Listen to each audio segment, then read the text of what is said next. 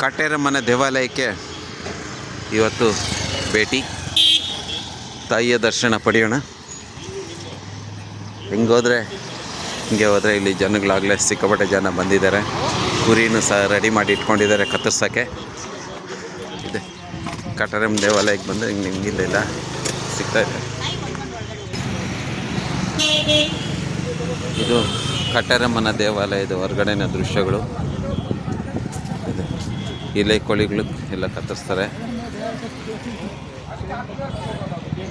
ಕೋಳಿ ಎಲ್ಲ ಕತ್ತರಿಸಿ ಎಲ್ಲ ಪೂಜೆ ಮಾಡ್ತಾರೆ.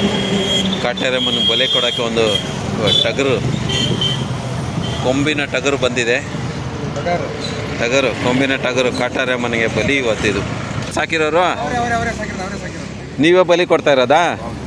ಏನು ಬಲಿ ಕೊಡೋಕ್ಕೆ ಏನು ವಿಶೇಷ ಇದಕ್ಕೆ? ನಾವು ಇಲ್ಲಿ ಮಕ್ಕಬಡಿ ಮಾಡ್ಕೊಂಡಿದ್ರಿ. ಏನಂತ? ನಮ್ಗೆ ಮೊಮ್ಮಕ್ಕಳು ಮೊಮ್ಮಕ್ಕಳು ಹುಟ್ಟಿದ್ರೆ ತಗೊಂಬಂದು ಹೋಗ್ತೀವಿ. ಮಕ್ಳು ಹುಟ್ಟಿದ್ರಾ?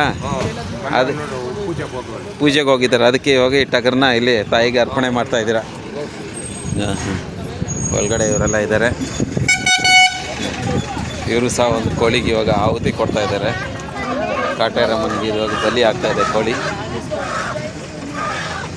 ಇಲ್ಲಿ ಕಾಯಿಗಳು ಕಟ್ತಾರೆ, ಜನಗಳಿಗೆ ಒಳ್ಳೇದಾಗ್ತವೆ ಅಂತ ಎಲ್ಲ ಇದೆ.